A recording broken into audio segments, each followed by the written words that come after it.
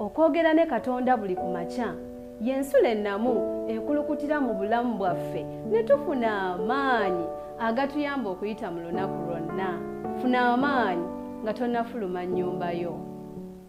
Kwanirizaako mukwano gwaffe atulaba ku 3ABN Telefina Radio TV ya Mukama waffe Yesu Kristo, era ebunyisa amawulire ag'okuddako omulundi ogwokubiri bwe yasuubiza nti alikomawo okututwala era atuwe obulamu obutaggwaawo. Kubuuzaako gwe mukwano gwange azuukuse essaawa zino ng'oteekateeka okugenda ku mirimu gyo egya bulijjo, ayise mu kiro n'essanyu n'obukuumi obulungi awatali kutaataaganyizibwa erinnya lya Mukama waffe lyebazibwe. N'eri abo abafunye ebizibu okuyita mu kiro, bangi abaasuze enjala, abalala baasuze ebirowoozo bingi, naye kyonna kye kiri njagala okubakwasa Mukama waffe Yesu Kristo, kubanga afaayo era yasinga byonna bye tuyitamu, oba ssanyu oba nnaku, okubissa ku mwoyo. Abafiiriddwako abantu baabwe n'ebyabwe, nsaba Mukama ayongere okubagumya n'okubanyweza mu ssuubi ery'obulamu obutaggwaawo n'okudda kwe omulundi ogwokubiri. Enkyene ya leero nga tutandika ekyokuyiga kyaffe nga tetunnaba kugenda ku mirimu gyaffe egya bulijjo, ennaku z'omwezi nga 15 omwezi gwa Mugulansigo, olunaku lwa wangu, lwe lunaku olubereberye mu wiiki olwa Sande. Nja kusaba twewombeeke olw'okusaba. Katonda kitaffe nannyini ggulu n'ensi, omuyinza w'ebintu byonna ataggwaawo, osaanidde okusinzibwa, okuweebwa ekitiibwa n'ettendo, kubanga ggwe atwagala, afaayo eri obulamu bwaffe era abeera obunafu bwaffe, atuyita amannya gaffe nga newankubadde omanyi ebyonoono byaffe, nga newankubadde ye Setaani atuyita byonoono byaffe, kyokka nga amanyi amannya gaffe. Naye ggwe Yesu atwagala, tukwebaza Mukama kubanga otuyita amannya gaffe, omanyi erinnya lyaffe buli muntu kinoomu, kubanga ofaayo eri obulamu bwaffe Mukama. Erinnya lyo nga kkulu, wagulumira Mukama, okwagala kwo okubuna wonna ku bonna kulabisibwa mu baana b'abantu ne mu bitonde byonna bye watonda. Naye okusingira ddala obulokozi bwaffe bwe watuwa, Ayi Katonda waffe, twebaza Kitaffe n'Omwana n'Omwoyo Omutukuvu okubeera nti oli wamu naffe Mukama, era okkiriza n'enkyene ya leero tubeere balamu Mukama. Olw'ekyo nga tetunnaba kugenda ku mirimu gyaffe, okusinza kwaffe Mukama okw'enkyene ya leero kuwunye evvumba eddungi mu maaso g'entebe eyo okusaasira. Ogulumizibwe, otenderezebwe, bw'ekitiibwa, Omwoyo Omutukuvu atuluŋŋamye nga tuyiga mu linnya erya Yesu Kristo Mukama waffe. Amiina. Ekyokuyiga kyaffe eky'enkyene ya leero kiriko omutwe ogugamba nti enkizo y'okusinza. Kirungi okusinza, naye ate kirimu emikisa mingi bwe tusinza oyo gwe tumanyi nti ye Katonda omuyinza w'ebintu byonna, ensibuko ya buli kintu era ensulo y'emikisa gyonna gye twetaaga mu nsi eno. Obukuumi bwe, okwagala kwe, obugabirizi bwe, obulabirizi bwe n'obuwanirizi bwonna bw'atuwa okubanga tukyali balamu, erinnya lya Mukama waffe lyebazibwe. Olw'ekyo enkizo y'okusinza kintu kirungi nnyo kubanga kivaamu empeera okuva eri Mukama waffe, eri Katonda waffe. Tugendagenda mu Zabbuli y'e92 olunyiriri olusooka paka ku lwokubiri, weewaawo tujja kusoma n'olwokuna tutandika ekyokuyiga ekiriko enkizo ey'okusinza. Kirungi okwebazanga Mukama n'okuyimba okutenderezanga erinnya lyo gwe ali waggulu ennyo, okwolesanga ekisa kyo enkya n'obwesigwa bwo buli kiro, kubanga gwe Mukama onsanyusizza n'omulimu gwo, n'ajagulizanga emirimu gy'emikono gyo. Bw'atyo omuwandiisi wa Zabbuli bwe yawandiika ng'atendereza Katonda. Omwagalwa, kirungi okwebazanga Mukama, kirungi kubanga kijjirako emikisa. Kya bulabe nnyo omuntu okuba ng'akuwa naye nga teweebaza. Kale nno bwe weebaza kiba kirungi era kizaamu amaanyi omuntu aba akuwadde. Newakubadde kale abaana b'abantu bwe tutyo bwe tuli, n'ate Katonda asingawo awo, kubanga bwe tunaamwebaza ne tumuwa amatendo ne twolesa obulungi bwe mu bantu bonna, mu lujjudde lw'abantu, ate tunaaganja okusingawo, kubanga ekyo Mukama kimusanyusa. Ng'abaana ba Katonda tusaanye okwebaza olw'enkizo gye tulina mu kusinza. Bwe tusinza Katonda tubeera tulangirira amazima ge. Tuli bujulizi mukwano. Singa tubeera mu kusinza okw'amazima nga tusinza Katonda, tulagira ddala nga tujulira Katonda nti ddala atwagala era afaayo eri obulamu bwaffe. Ate bwe tubeera abasanyufu nga tumusinza, ate ekyo kireeta ettendo, kireeta okwagala eri abo abatannamutegeera, nabo ne beegomba okusembera okujja gy'ali. Omuwandiisi wa Zabbuli atuyigiriza nti okusinza kugattamu okwebaza, okuyimba, okutegeeza mu lujjudde obwesigwa bwa Katonda. Twebaza so si lw'ebyo byokka bye yatukolera, naye n'olwekyo kyali. Kiki Mukama kyali? Lowooza ku taata ne maama, bazadde baffe abaatuzaala, kiki kye bali? Mu buli mbeera basigala nga be bazadde baffe. Taata asigala nga taata, maama asigala nga maama. Maama ne bwe wandimusabye, taata ne bwe wandimusabye ekintu n'atakikuwa, ekyo tekimuggyako nti ye taata. So nga ate era ne maama ne bw'omusaba buli kintu kyonna n'agamba nti kino kigaanye, tekimuggyako nti ye maama, kubanga tekyegaanika okubeera nti yakuzaala yanzaala. N'olwekyo mukwano gwange, taata abeera taata ne maama abeera maama.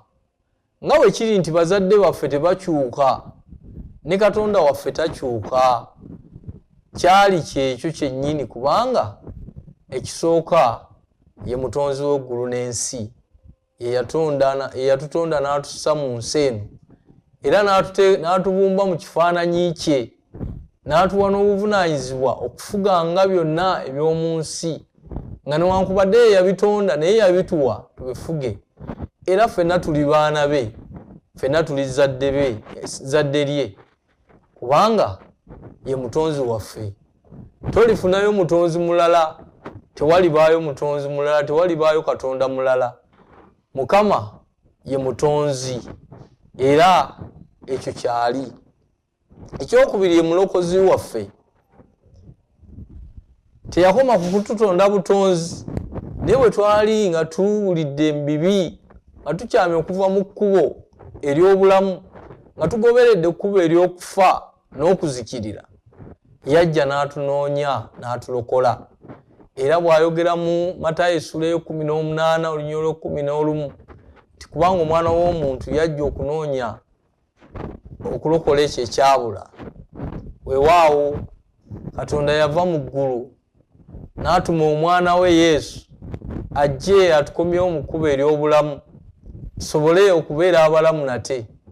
ekyo teriiyo mulala eyali akisobola wabula Katonda yekka. Ne mu kuteesa kwe bw'atyo yayinza okugamba nti kaŋŋende ndokole olyo lw'omwana w'omuntu. Bw'atyo n'atuwa omulokozi waffe Yesu Kristo, era ne kimubeerako nti Katonda ye mulokozi waffe. Olw'ekyo ekyo kyali ate ye mulabirizi abuna wonna. Eriiso lye liri ku buli muntu yenna, abamwagala n'abatamwagala. Enkuba agitonnyeseza abalungi n'ababi bonna, kubanga ye Katonda ajjudde okwagala. Olw'ekyo kitugwanira okumusinza, kubanga ye Mukama waffe omutukuvu, omuyinza wa byonna, alina obuyinza bwonna, amanyi byonna, era ali buli wantu. Mukwano gwange, ebigambo ebyo obirowoozaako biyinza okuba nga obirabanga ebitonotono, naye kambiddemu tugambye nti omutukuvu,